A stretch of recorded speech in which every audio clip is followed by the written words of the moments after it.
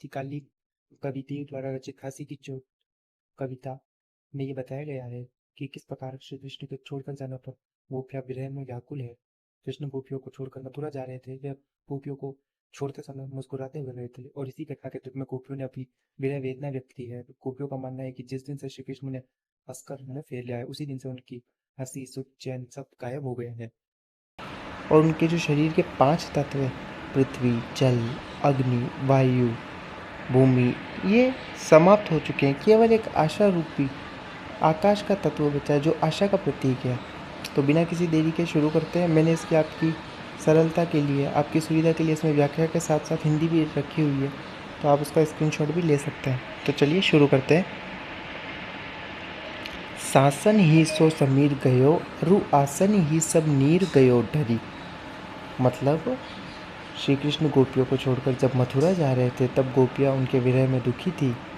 उसी दुख में यह गोपियों ने व्यक्त किया कि मेरी सांसों से हवा ही गायब हो गई है। मतलब पहला तत्व हवा वो गायब हो चुकी है। मेरी आंखों से जल ही चला गया है, अर्थात आंसू आते हैं पर उनमें पानी नहीं है। ढरी मतलब बहता हुआ। तो जल तत्व समाप्त हो चुका है। अरु मतलब और। तेज गयो गुण ले अपनो, अरु भूमि गई तन की तनुता करी। मतलब यहाँ पर देव कहते हैं गोपियों के माध्यम से, और मेरे शरीर का जो तेज है अर्थात अग्नि तत्व वो भी समाप्त हो गया है। मेरे शरीर से सारे गुण लेकर चला गया है और मेरे शरीर से भूमि तत्व पूर्णतः समाप्त हो चुका है। जब श्री कृष्ण मुझे छोड़कर गए, कब से समाप्त हुआ? जब से श्री कृष्ण मुझे छोड़कर गए हैं। तनुजा मतलब क्षीणता या कमजोरी, और करी मतलब करके। देव जिये मिल बेही की आस हूँ पास आकाश रहो भरी। कवि देव गोपियों के माध्यम से कहते हैं कि जिस दिन से उन्होंने हंसकर मुंह फेर लिया है, उसी दिन से हमारी हंसी तो हार गई है। और गोपियाँ कहती है कि जो हृदय हरण करके श्री कृष्ण ले गए थे उसे तलाश करो।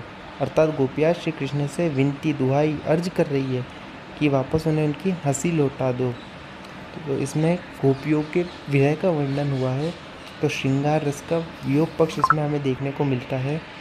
इसमें हमें अनुप्रास अलंकार भी देखने को मिला है और इसके अंदर हमें बाकी कई सारे अलंकार देखने को मिले हैं। अंत्यानुप्रास अलंकार भी हमको देखने को इसमें मिलता है। जैसे शुरुआत में आ रहा है ढरी, करी, भरी, हरी, तो अंत की जो ध्वनियाँ समान प्रतीत हो रही है, तो ये अंत्यानुप्रास अलंकार कहलाता है। तो ये भी आप नोट कर लें और नेक्स्ट वीडियो के लिए फॉलो करें, सब्सक्राइब करें।